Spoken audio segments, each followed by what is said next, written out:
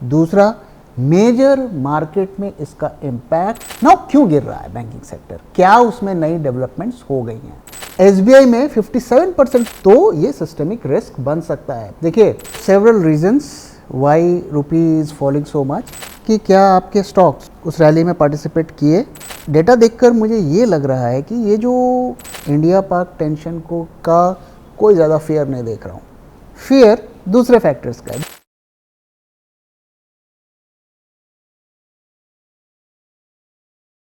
ये लड़ाई तो और एस्केलेट हो गया है सर। अब क्या लगता है और कितना एस्केलेशन हो सकता है और इससे मार्केट को और कितना खतरा होगा सर? देखिए, अगर आप सारा दिन न्यूज़ देखेंगे, न्यूज़ चैनल्स पर देखेंगे, न्यूज़ पढ़ेंगे, तो आपको लगेगा भाई ये तो एक बहुत बड़ा कॉन्फ्लिक्ट बन गया और अब तो लड़ाई होगी, बड़े स्केल पर होगी। लेकिन अगर आप न्यूज़ से हटकर थोड़ा लॉजिकली सोचेंगे तो क्या हो रहा है अभी अगर आप देखिए तो हमारे यहाँ से प्लेन्स जा रहे हैं, वहाँ पर अटैक कर रहे हैं, वहाँ के प्लेन्स, ऐसी खबरें आ रही हैं कि यहाँ पर आने की कोशिश कर रहे हैं, ड्रोन अटैक्स हो रहे हैं। जो भी हो रहा है आकाश से हो रहा है, राइट। अगर आप कारगिल वॉर में जाके देखेंगे तो क्या हुआ था, लैंड वॉर था, और वहाँ के जो भी टेररिस्ट थे, आर्मी ऑफिसर्स थे पाकिस्तानी, वो कारगिल में घुस गए थे और वो सीधी लड़ाई हो रही थी।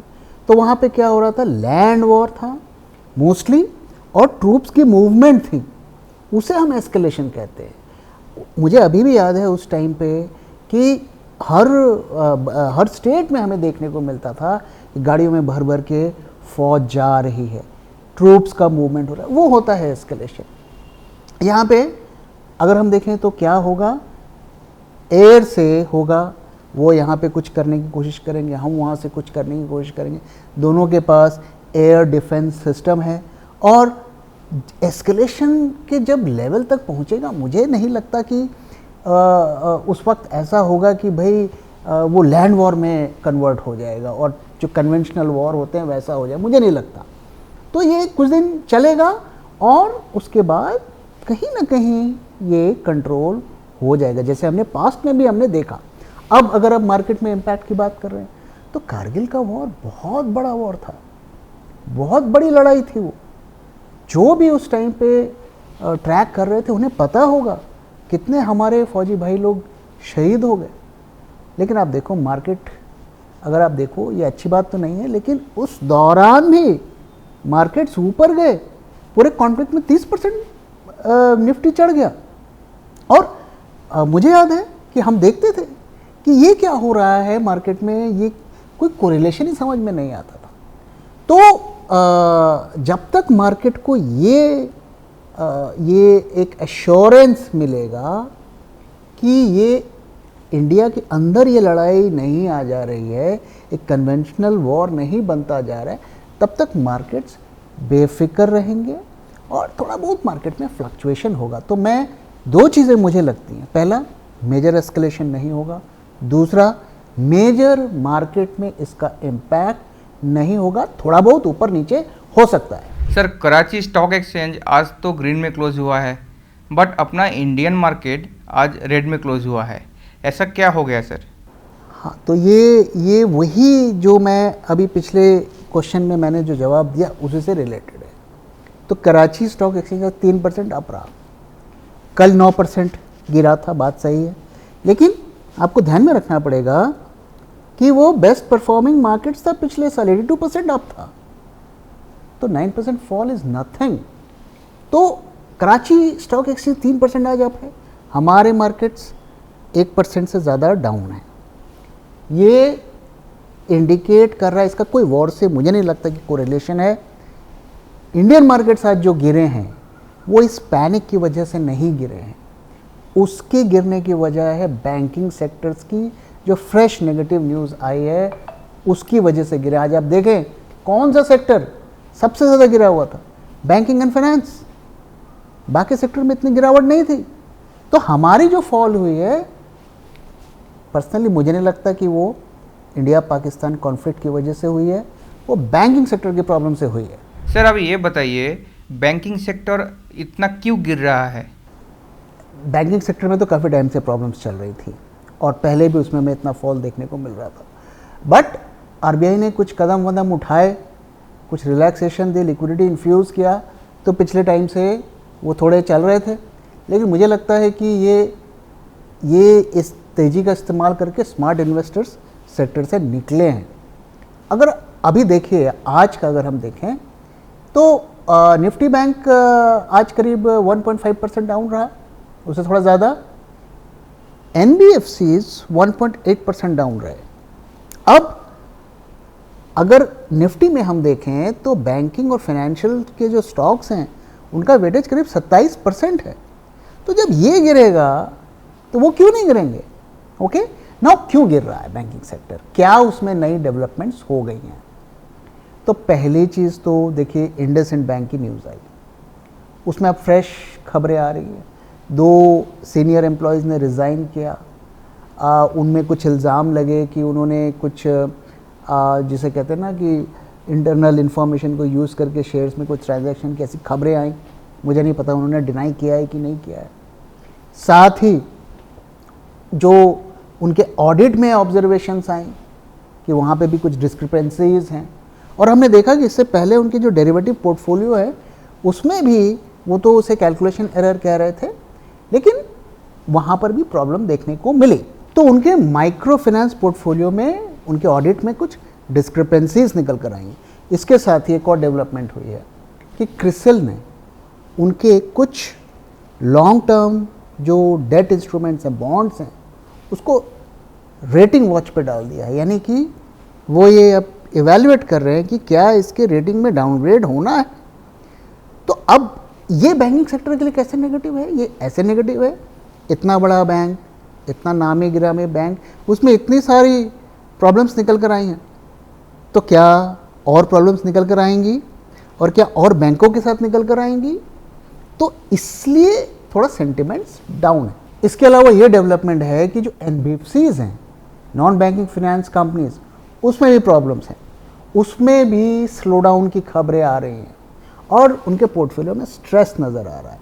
तो आप देख रहे हैं कि पूरा का पूरा बैंकिंग फाइनेंस सेक्टर में प्रॉब्लम्स नज़र आ रही हैं, और उसी का इम्पैक्ट हमें आज देखने को मिला। अगर आप NSE का आज एडवांस डिक्लाइन देखेंगे, इतना बुरा नहीं है, 1000 स्टॉक्स अप हैं।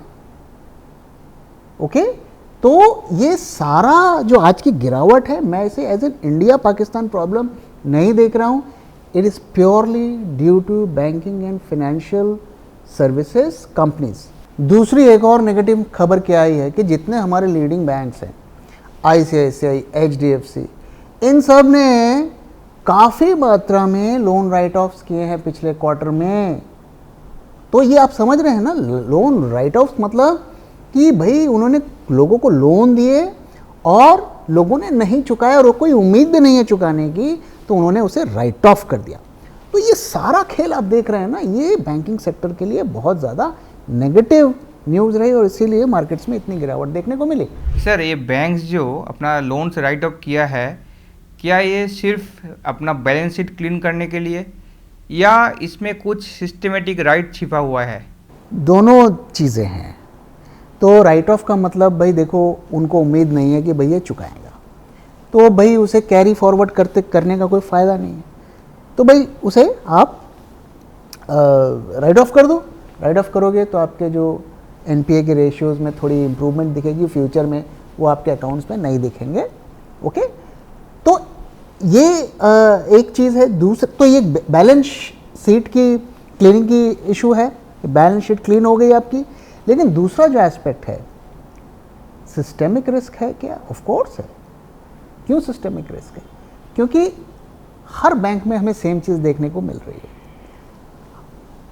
किसी भी मेजर बैंक को उठा के देख लो आप, 2000, 3000, 4000 करोड़ की उन्होंने राइट ऑफ्स किए हैं।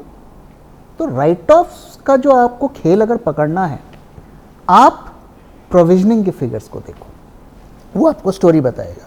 SBI में 57% प्रोविजनिंग बढ़ गई, हर बैंक में प्रोविजनिंग बढ़ गई। तो ये जो है, इसे हम प्योरली सिस्टेमिक रिस्क अभी तो नहीं बोल सकते, लेकिन अगर ये रिजॉल्व नहीं हुआ तो ये सिस्टेमिक रिस्क बन सकता है। देखिए, लिक्विडिटी आ गई, लोन बांट लो, वो सब तो आप कर लोगे, लेकिन जिसको लोन दे रहे हो उसको चुकाने की हिम्मत भी तो होगी ना। अगर इकॉनमी अच्छा नहीं करेगी तो वो कैसे कमाएगा और कैसे रिपे करेगा। तो इसलिए ये फ़िलहाल ऐसे हम सिस्टमिक रिस्क नहीं कहेंगे, लेकिन ये सिचुएशन अगर 1-2 क्वार्टर तक इसी तरीके से और चलता है तो उसमें कन्वर्ट होने में टाइम भी ज़्यादा नहीं लगेगा। कल रुपया इतना वीक हो गया है, इसका क्या कहानी है सर, ऐसा क्यों हुआ? So several reasons why rupee is falling so much. In fact पिछले 2 सालों में हाईएस्ट फॉल देखने को मिला है। तो मल्टीपल रीजंस, पहली कि भाई रुपया पे प्रेशर कब पड़ता है, जब आप यहाँ से पैसा निकल कर बाहर ले जाते हो तो आपकी करेंसी पर वो प्रेशर डालता है, तो डेफिनेटली वो हुआ है। इसके अलावा अगर आप देखें तो 1-2 फैक्टर्स और हैं। जो डॉलर इंडेक्स है उस पर थोड़ा राइज मिला है, 99 से 100 से ऊपर चला गया है। क्रूड में जंप देखने को मिला है। सो ये सारा फैक्टर की वजह से रुपया वीक हुआ है। बट ये एक और कहानी हमें बता रहा है कि क्या इंडिया से इस वॉर के डर से क्या जो डेट इंस्ट्रूमेंट्स हैं वहाँ से पैसा निकाला जा रहा है?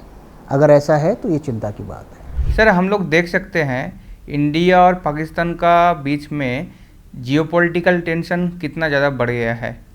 अब ऐसा वोलेटाइल मार्केट में इन्वेस्टर्स को अपना पोर्टफोलियो का जो पोजीशन है उसमें क्या डिसीजन लेना चाहिए? ओके, सो पिछले अगर हम साल से देखें, सितंबर से मार्केट्स आर फॉलिंग। लोगों के पोर्टफोलियो में काफ़ी फॉल देखने को मिला, 20%, 30%, 40% तक उनके शेयर गिर गए। फिर हमें भी रिसेंट रैली देखने को मिली। ओके, तो आपको पहली चीज़ ये देखना है कि क्या आपके स्टॉक्स उस रैली में पार्टिसिपेट किए। अगर नहीं किए तो आप बैड शेयर्स होल्ड कर रहे हैं। तो अगर इस टेंशन में अगर एस्केलेशन होता है आगे, उन्हीं शेयर्स को आप कैरी करेंगे तो आपको ज़्यादा पेन देंगे। तो आपके पोर्टफोलियो में वही स्टॉक्स होने चाहिए जो आउट परफॉर्म कर रहे हैं, जो एटलीस्ट निफ्टी के लेवल का परफॉर्मेंस दे रहे हैं, यानी कि they are fundamentally strong stocks. अब मान लीजिए एस्केलेशन हो जाता है, मार्केट गिरेगा, सारे शेयर्स गिरेंगे, बट जब ये ख़त्म होगा तो वही स्टॉक सबसे पहले रिकवर करेंगे जिनके फंडामेंटल्स स्ट्रॉन्ग है। मार्केट सेंटिमेंट्स वीक होंगे, सब कुछ गिरेगा। ओके, लेकिन जब अगर आपके फंडामेंटल्स अच्छे हैं और ये ग्लोबल फैक्टर्स जब ख़त्म हो जाएंगे, नेगेटिव फैक्टर्स, तो सबसे पहले वो बाउंस बैक करेंगे, तो आपकी रिकवरी भी हो जाएगी। तो इसका सिंपल सोल्यूशन है, गार्बेज स्टॉक्स को हमें नहीं रखना है। आपके पास ये आखिरी अपॉर्चुनिटी है, शायद अगर आप निकाल सकें तो निकाल दीजिए।